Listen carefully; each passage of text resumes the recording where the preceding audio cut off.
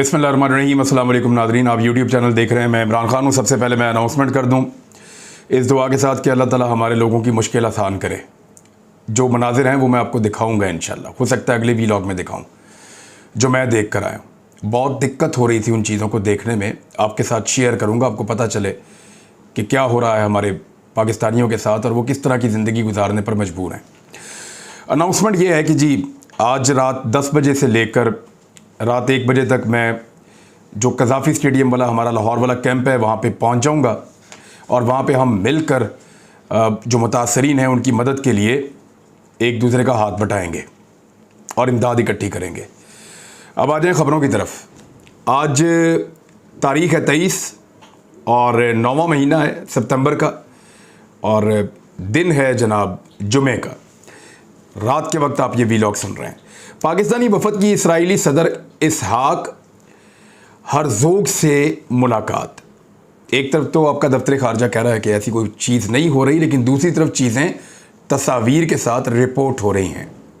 वफ़द में TV anchor Metro One News Imtiaz Mir, Geo TV के सहाफ़ी आरिफ नकवी, आवाज़ टीवी के CEO फैज़ बरोही और दीगर शामिल थे। अब फरीद अहमद कुरैशी साहब जो हैं उन्होंने इसको रिपोर्ट किया है, जर्नलिस्ट हैं, आप सब जानते हैं। Pakistani delegation met Israeli president Isaac Herzog. Delegation included TV anchor Metro One News Imtiaz Mir, Geo TV journalist Arif Naqvi, CEO Awaz TV Faiz Barohi and others. ये जाकर मिले हैं। पाकिस्तान इसराइल के साथ ताल्लुकात का ख्वाह है, यानी पाकिस्तान इसराइल के साथ ताल्लुकात रखने का ख्वाहिशमंद है। डॉक्टर नसीम अशरफ, इन्हों के बारे में ये क्लेम किया गया है। पाकिस्तान इसराइल के साथ ताल्लुकात का ख्वाह डॉक्टर नसीम अशरफ सेज।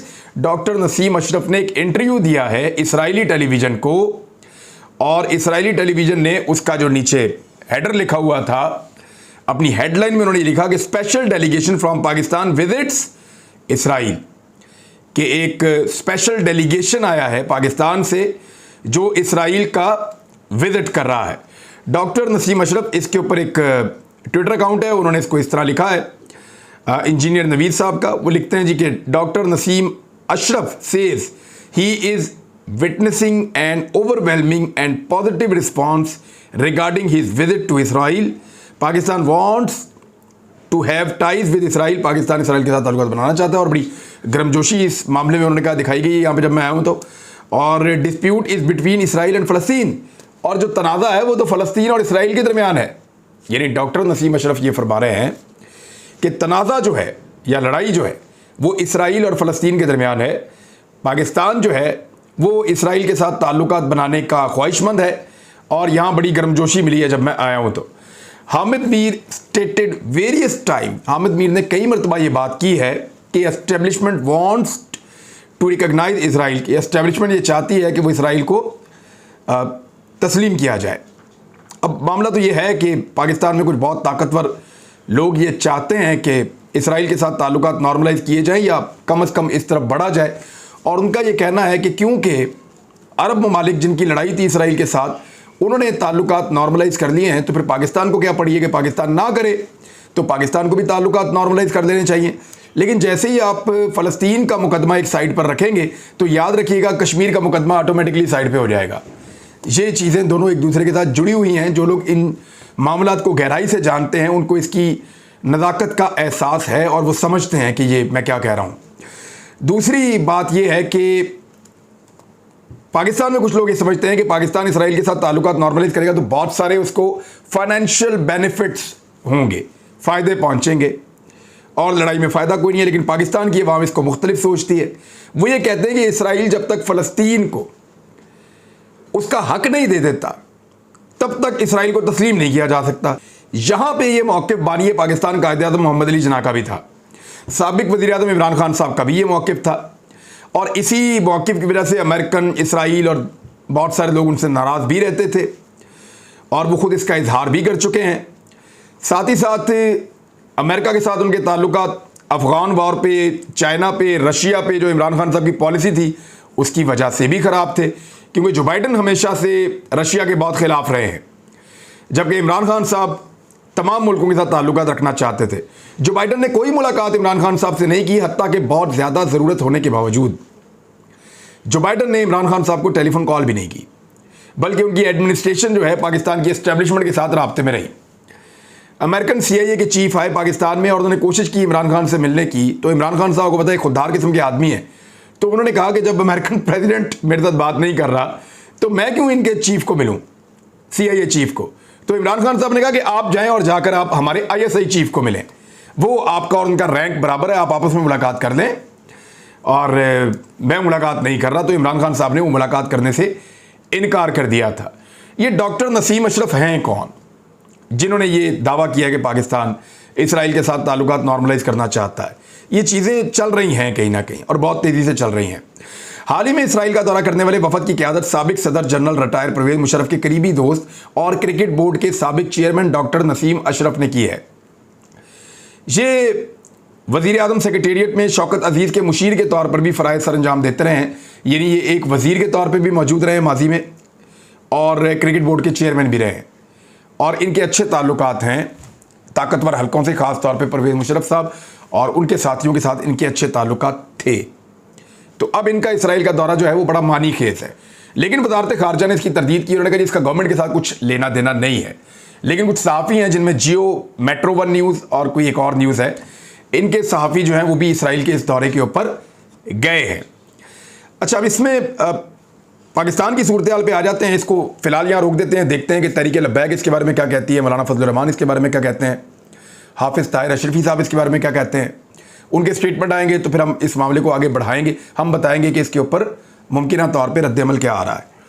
अब जी, सियासी जमात का मुमकिन एहतजाज, यानी पाकिस्तान तहरीक इंसाफ ने एहतजाज करना है। इमरान खान साहब ने कल के दिन, यानी आज मैं जुमे को ये वीलॉग रात के वक्त आप सुन रहे हैं या हफ्ते को सुन रहे हैं, तो आज हफ्ते के दिन या कल हफ्ते के दिन इमरान खान साहब ने अनाउंसमेंट करनी है बहुत बड़ी, और उनकी पूरी पार्टी ये क्लेम कर रही है कि अब वो अनाउंसमेंट करने जा रहे हैं। और कई मरतबा उनसे वादा तोड़ा गया है, इस मरतबा भी वादा टूटा है, तो इमरान खान साहब अब अनाउंसमेंट करेंगे। पंजाब पुलिस जो है वो मैसर नहीं आ सकी वफाक को। देखिए, जो सबसे कारगर पुलिस है ना वो पंजाब पुलिस है। पंजाब पुलिस का इस्लामाबाद में पुलिस की नफरी ना भिजवाने का फैसला सामने आया है। वजारत दाखिला की दरखास्त पर जवाब देते हुए इस्लामाबाद में पुलिस नफरी ना भिजवाने का फैसला कर लिया है पंजाब हुकूमत ने। IG और वज़ीर दाखिला पंजाब ने वफाकी वजारत दाखिला के मरासले का जवाब भेज दिया है, जिसमें कहा गया है कि नफरी ना भिजवाने का फैसला बाहमी मुशावरत से किया गया है। बवक्ते ज़रूरत सिक्योरिटी के पेश नज़र रावलपिंडी पुलिस को जिम्मेदारियाँ सौंपी जाएंगी। अगर कुछ बहुत बड़ी इमरजेंसी हो जाती है इस्लामाबाद में, तो रावलपिंडी की जो पुलिस है उसको इजाफी जिम्मेदारियां हम दे सकते हैं, यानी इजाफी दस्ते पुलिस के इस्लामाबाद में भेज देना, वहाँ स्पेशल ड्यूटीज़ लगाना, अपना इक्विपमेंट पहुँचाना, ये काम नहीं होगा। और इसके लिए पंजाब हुकूमत ने मना कर दिया, जबकि सिंध ने मना नहीं किया। देखिए, पंजाब में कोई इतना बड़ा सैलाब नहीं आया हुआ, चंद इजला मुतासिर हुए, लेकिन बहुत बुरी तरह मुतासिर हुए हैं। वहाँ पर रोज़ाना हम भी इमदादी सामान भेज रहे हैं, लोग भी भेज रहे हैं, काम हो रहा है। लेकिन सिंध तो पूरा का पूरा डूबा हुआ है इस वक्त, बहुत बुरी सूरत हाल है वहाँ पे। लगभग इंटीरियर सिंध के अंदर बहुत बड़ी तादाद में लोग, एक एक शहर में लाखों लोग जो है वो मुतासर हैं। और जो मैं देख कर आया हूँ वो आपको हम दिखाएंगे इंशाल्लाह। तो इसमें जो सिंध है उसने अपनी पुलिस को भेजने का फैसला कर दिया है। सिंध पुलिस ने 901 और 125 यानी 1025 एहलकार शदादपुर से इस्लामाबाद पहुंचेंगे और उन्होंने भिजवाने का फैसला कर दिया है, और वो फराहम करेंगे। इनके पास अपने हथियार भी होंगे। तमाम एहलकार सादा लिबास में यूनिफॉर्म के हमरा सफ़र करेंगे और सिंध से निकलने तक मज़कूरा DIGs की सिक्योरिटी होगी। और सिंध पुलिस अफरादी क़ुव्वत के अलावा फसादात से निमटने के जो आलात हैं वो भी भिजवा रही है। हर एहलकार के पास हेलमेट, शील्ड और डंडा साथ में मौजूद होगा। एहलकारों के पास एंटी राइट किट के अलावा जो आंसू गैस फायर करने वाली गन्स है वो भी उनके पास मौजूद होंगी। इनके पास SMG और G3 राइफल्स भी मौजूद होंगी। और AIG logistic 2000 long range gas shell की दस्तयाबी यकीनी बनाएंगे। 100 गैस गन्स साथ मौजूद होंगी। 1000 एंटी राइट किट्स साथ मौजूद होंगी। और सिंध ने अपनी पुलिस भिजवाने का फैसला कर लिया है। तादाद बहुत कम है, 1025, लेकिन फिर भी सिंध ने अपनी पुलिस भिजवाने का फैसला किया उस वक्त में जब सिंध डूब रहा है। यानी कोई भी काम इनको कहें ये काम नहीं करते, ये कहते हैं जी हमारा सिंध डूब रहा है। इन्हें बोलो इलेक्शन करवाए, नहीं सिंध डूब रहा है। कराची के इलेक्शन मौखर कर दिया, सिंध डूब रहा है। शेखुपुरा का इलेक्शन मौखर कर दिया, सिंध डूब रहा है। मुल्तान का इलेक्शन मौखर कर दिया, सिंध डूब रहा है। और अब सिंध की पुलिस को इधर भेज दिया जिनको उधर मदद करनी चाहिए। हम 3 दिन वहां पर रहे, हमें एक सरकारी बंदा नहीं मिला। सिर्फ हमें एक पुलिस की गाड़ी नजर आई और वो किसी के प्रोटोकॉल के अंदर जा रही थी, बस।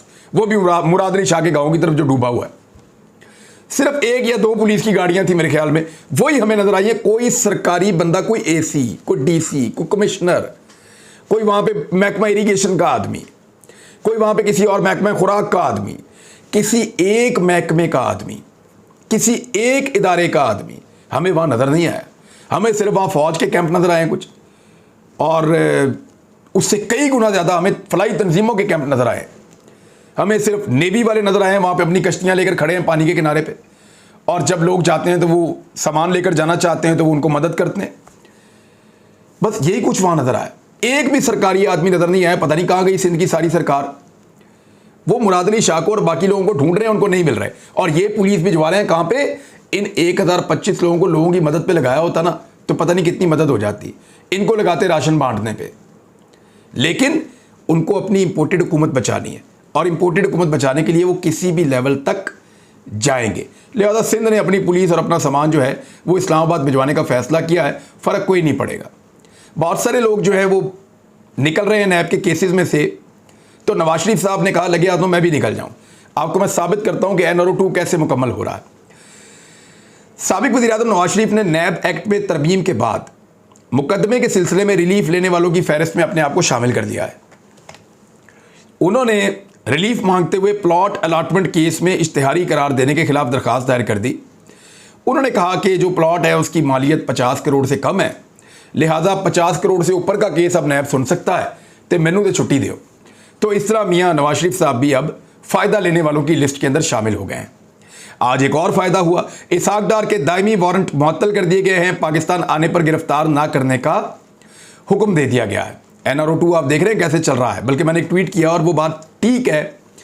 अब आर्मी चीफ से सहाफ़ियों की मुलाकात थी तो उसमें वो काफ़ी खाइफ थे इसहाक डार साहब की पॉलिसी से, काफ़ी पहले की बात है। और वो ये समझते थे और उन्होंने ये बात भी की थी कि इसहाक डार साहब की गलत पॉलिसीज़ की वजह से पाकिस्तान की इकॉनमी जो है वो यहाँ तक पहुँची है। लेकिन अब देखिए इसहाक डार साहब जो है वो लेकर NRO पाकिस्तान में वापस आ रहे हैं। उनका वापस आने का पूरा प्लान बन चुका है और उनको इजाज़त भी दे दी गई है कि इसहाक डार साहब वापस आए। फिर वारंट जो है उनकी मनसूखी का मामला जो है वो बाद में देखेंगे, लेकिन डार साहब को अब गिरफ्तार नहीं किया जाएगा अगर वो पाकिस्तान वापस आते हैं तो।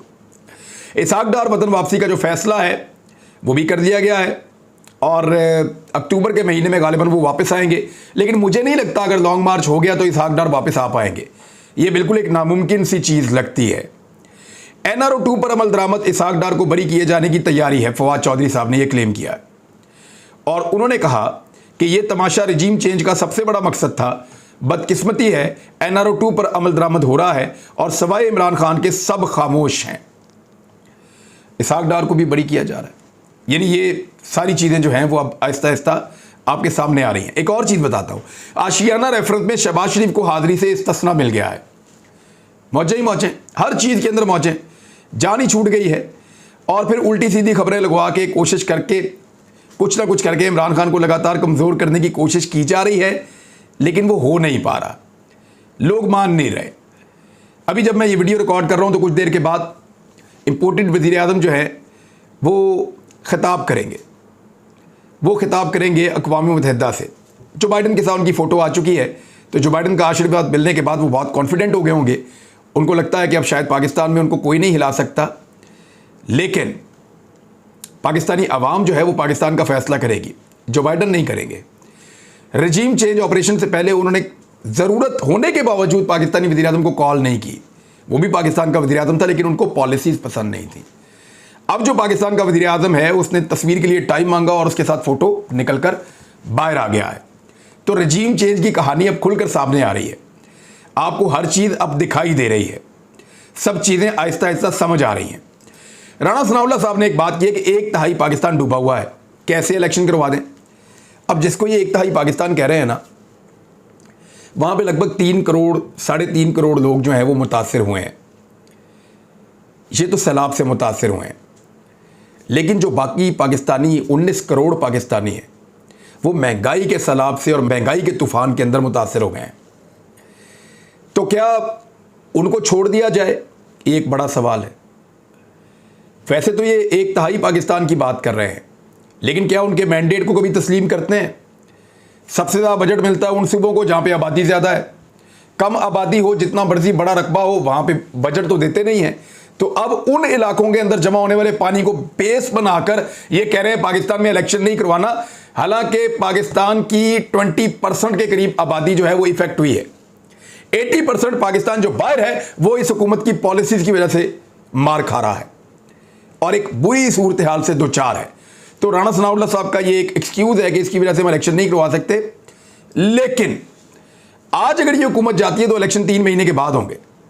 इलेक्शन तो फिर करवाने पड़ेंगे और 3 महीने तक सैलाब की सूरत हाल भी काफ़ी हद तक बदल जाएगी। और जितना इंपोर्टेड हुकूमत काम कर रही है, शायद इससे बेहतर काम ही करेगी जो आने वाली हुकूमत होगी। एक बुजुर्ग को बहुत मारा गया है, उस पर अगले वीलॉग में मैं आपको बताऊंगा कि ये क्या है। इसकी तफसीलात में हासिल कर रहा हूँ। अब तक के लिए इतनी, अपना ख्याल रखिएगा, अपने चैनल का भी। अल्लाह हाफिज़।